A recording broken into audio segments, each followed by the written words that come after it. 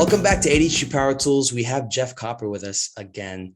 And today I want to talk about Task Darwinism.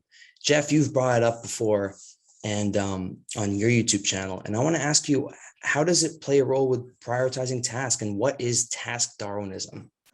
So I think we've all had that experience. Maybe you go to your computer and you have something that you need to get done that's important, but you find yourself doing a whole bunch of other things. The question is, well, why? I mean, if it's important, I mean, we can sit there and say about the future, about what's going to do for me and all that stuff. But the fact of the matter is, behaviorally, we're not doing it. So I'm the type of person, you got to define stuff and you got to understand it. So prioritization is assigning importance to a task. It's really all it is.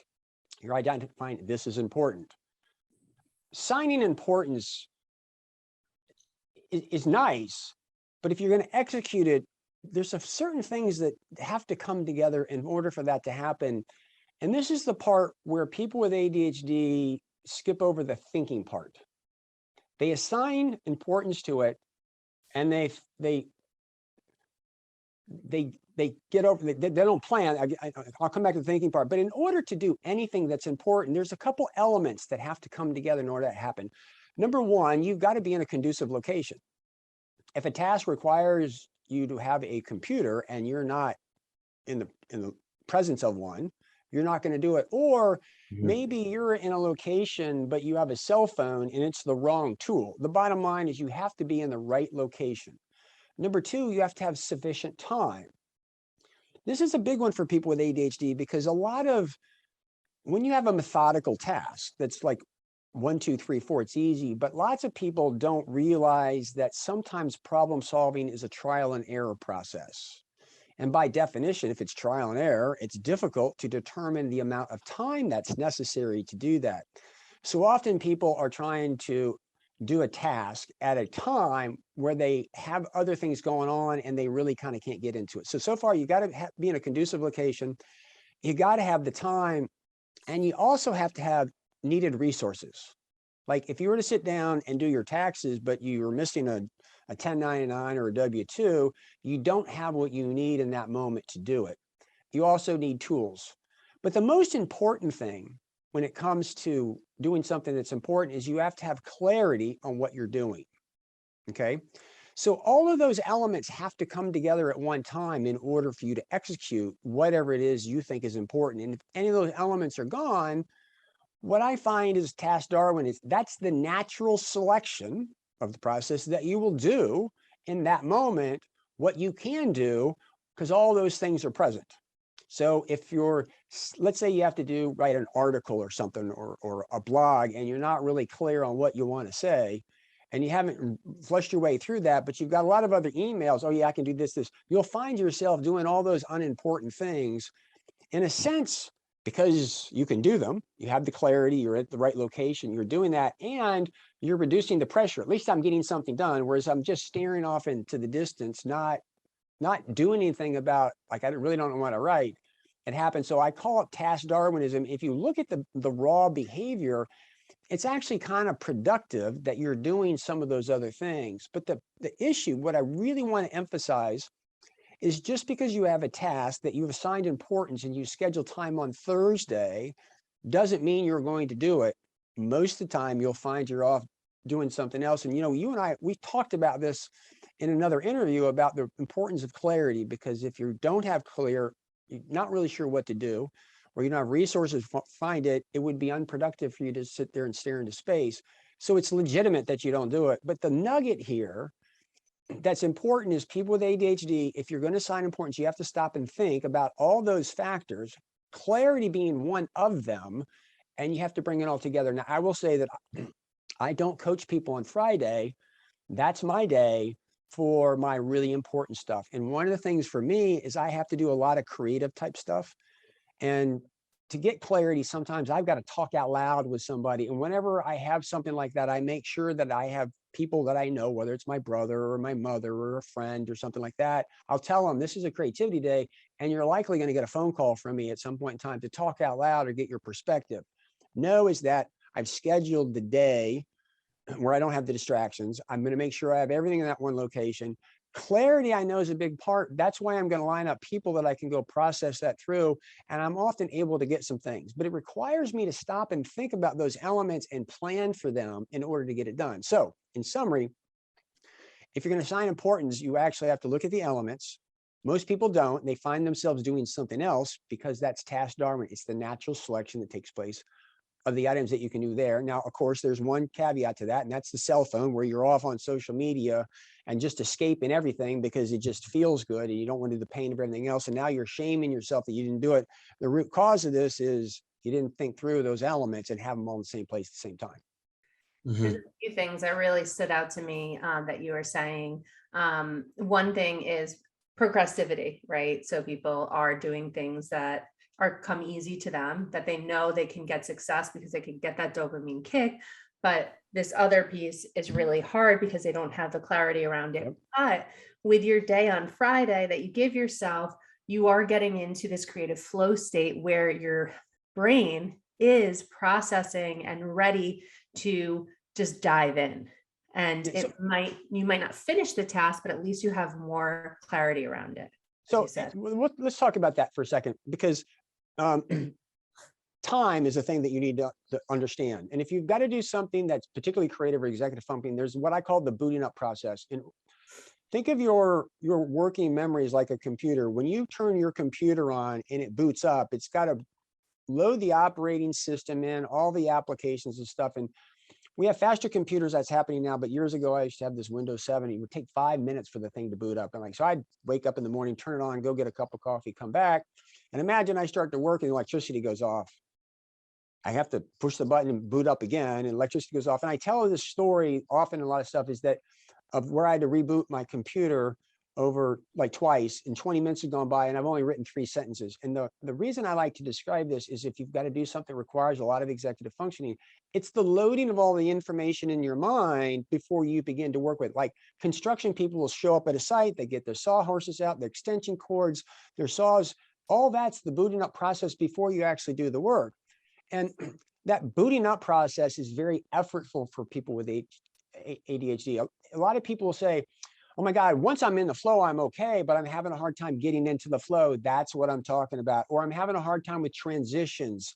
This is what I'm talking about. So sometimes people will have this thing that's important and they haven't allocated the time, or they've not really addressed how they can boot their mind up quicker, and there's all kinds of different ways of doing that. But that goes back to, I'm just bringing, that's an element of executive function from working memory into that process that you have to allow time for. And if you're really good, you actually have thought about how you can boot your mind up a little bit quicker so that you can do that important task.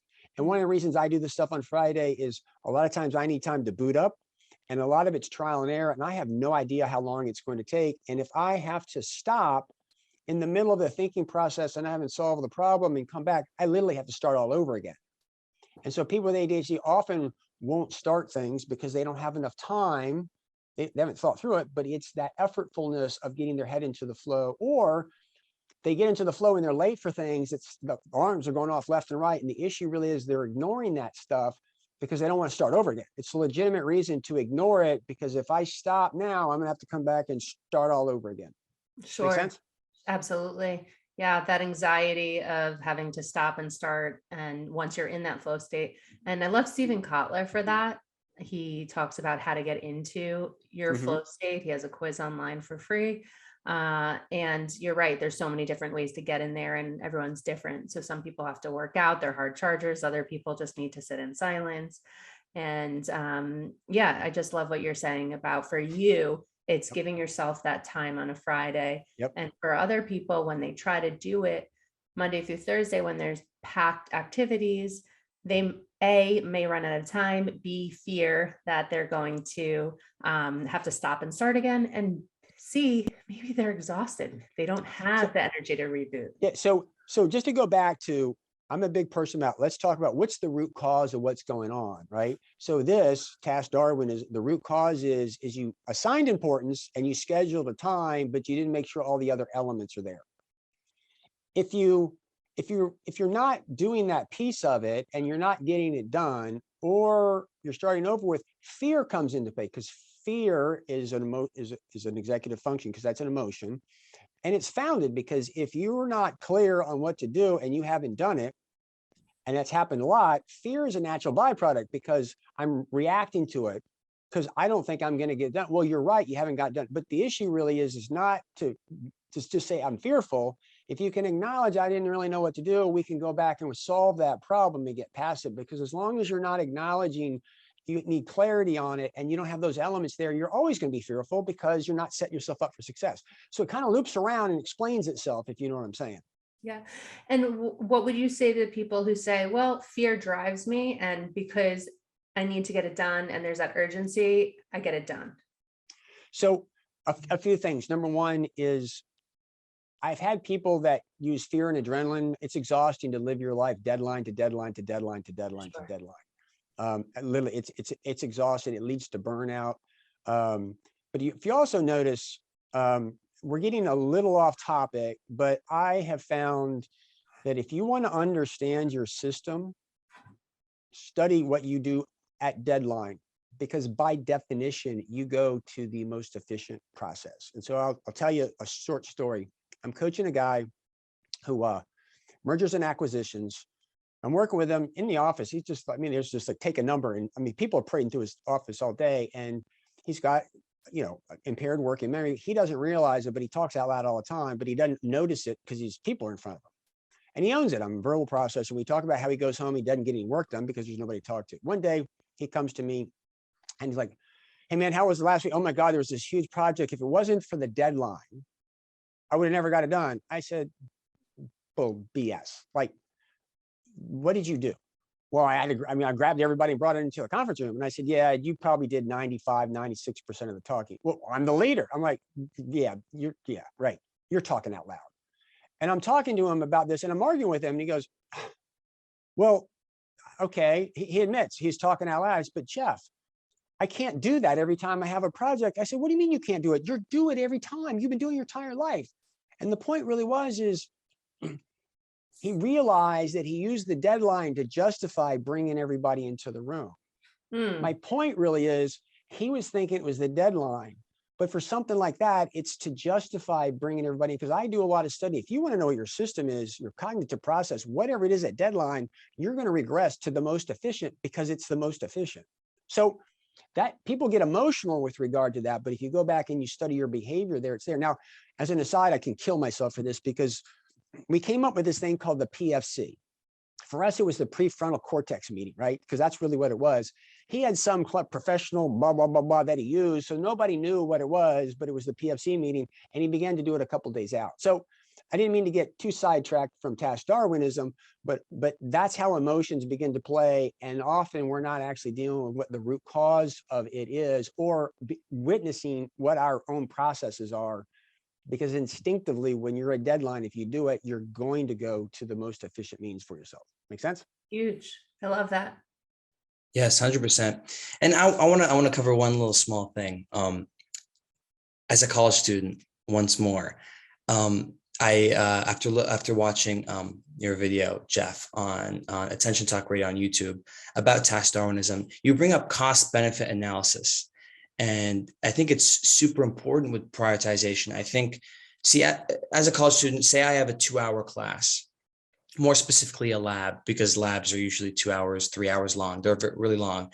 And they usually sometimes end early. Sometimes they go overtime if the lab's real long, if we're a little bit backed up. And I am running on my schedule based off that lab will be 2 exact hours. Now, say the lab ends early at an hour and a half. And I have homework that's due 2 weeks later, and I have an exam that's due 2 days later. I'm putting off that homework for the future, but the exam's higher priority. But since that half an hour, I have an extra half an hour because it did finish an hour and a half early, I would usually do my homework during that half an hour because I already had in my mind scheduled that I already would be taken up for that 2 hours. And that's a relief right there. And I think it's the cost benefit analysis that you bring up. I think those moments right there are super important to analyze and see, okay, I can use my time wisely right now. Get rid of those little small unfinished tasks to give me extra clarity to take on the larger difficult tasks. So the story that I tell in that, we're going to go back to the beginning. Remember, I said you have to have all those elements in place. So I think the story that I was telling on that, and I got so many videos I forget, but I think I tell the story. Imagine you've got this really important task and you've got to go somewhere to go do it. And you drive out of your driveway and you're going right. Normally you go left, but you're going right. And you're going right. And all of a sudden you look over, there's a post office. Mother's Day is like 2 weeks away and you just happen to have a card, but you don't have a stamp.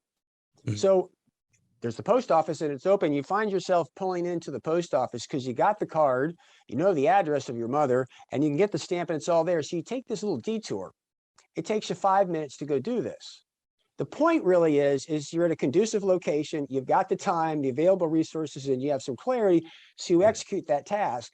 But that's number 40 on your list, right? So you end up moving forward, like, why am I doing the 40th item on my list? Well, because the cost of it was 5 minutes. Now, if I didn't do it at that point in time, because remember, I always go out the left way out of my driveway. So if I don't do it then, down the road, I've got to drive to the post office, which is 10 minutes out of the way, 5 minutes to get the stamp, and then 10 minutes back. That's a 25-minute investment. So what I find myself doing is I'm digging in there because I'm saving myself 20 minutes. People with ADHD, they'll shame themselves because you're supposed to do the important parts first. But if you look at your literal behavior, a lot of times you're doing what you're doing because everything's come together. All those elements are in place at one time. So you do item number 40, not the most important item. And so that relates back to what I was talking about. So I kind of, it's a different concept, but it kind of goes back into that, but it all dovetails into that, which reminds me, I did an interview years ago with Dr. Russell Barkley on working memory. And we talked about the concept of a GPS. You put in the destination, that's the goal, and it gives you the plan. But imagine you're going somewhere and you jump in your car and the gas light's on. Oh my God, that's new information. Now I have to reroute the route to a gas station, right? And then I get back on the road, then there's an accident. I got a detour, I got to go around that. And then I'm driving down the road, I look up and I see a billboard with a champagne bottle. Oh my God, a celebration. I'm going to a birthday party. I got to get a card. Now you reroute yourself.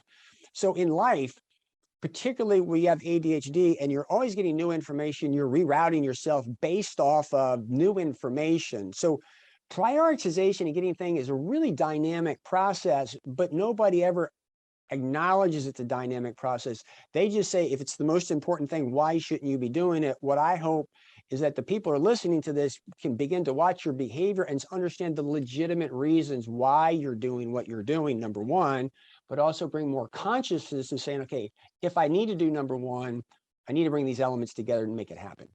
Again, going back to problem solving, right? You're thinking your way through the dynamics, not just saying this is important and asking yourself why I'm not doing this and shaming yourself.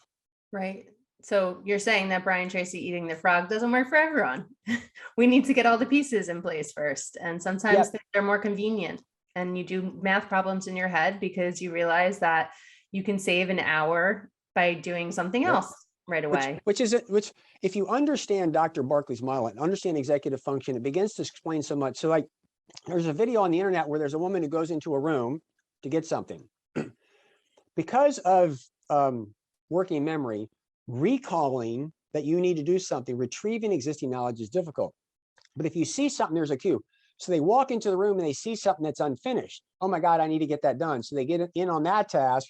Then they find something that's unfinished. This is actually a working memory issue, okay? Because they're not able to hold that in their mind. And it's kind of funny watching the meandering of the task. But the core issue is a working memory challenge by the retrieval of existing knowledge. It goes to that outside. So you have cues that you see that remind you, and you end up going from thing to thing to thing to thing. And so that's where self-awareness is real important when you come back and you understand kind of what's going on. And I tell people, like, sometimes I just spend a day to go into my house and walk around to see all the stuff that I haven't finished. So I can just I don't plan anything that day, but I just dedicate time to it. Yeah. So I didn't mean to get off on too much of a tangent, but it was just a piece you can begin to explain the behavior off the cognitive side of it. Well, when you have 3 ADHDers and a lot of information, we can get off topic. That's okay. 100%. But I think that kind of also goes back to what you were saying before about making sure that you're in the right environment, you have the right conditions. So if I'm trying to do something that maybe is in my kitchen and my kitchen is messy and I haven't been attending to it in a while, that might not be the best place to do it. Or even my office, maybe it's a little chaotic where it shouldn't be. Then perhaps I need to go to another area like a coffee shop where, there might be some distractions, but there's nothing for me to do there. So. I was coaching a guy one time, and he was complaining because he wasn't getting important things done. He was out and about all the time. And I came to realize as he's managing his world with his emails with a cell phone. Now, remember the elements. You got to be in a conducive location with the right amount of time, the resources, and the right tool. At the end of the day, a cell phone is not the right tool. All the It was funny because I'm like, you're a businessman, you're making a couple $100,000 a year, buy the freaking laptop. He had the right tool. All of a sudden he was able to do what was important because he had the right tool in the right location. He had never thought about that before because he was like, this is important. Why am I doing it? Well, you got to have what you need to. That's the thinking part that people with ADHD, they skip over it. That's what we're emphasizing is you got to stop and you got to okay, these are the 5 elements. How am I going to bring them together all at the same time? We hope you liked today's video. If you want more information about ADHD, please feel free to visit our website at differentbrains.org or my website, coachingwithbrooke.com. And if you enjoyed today's video, give us a thumbs up, leave a comment below, and subscribe.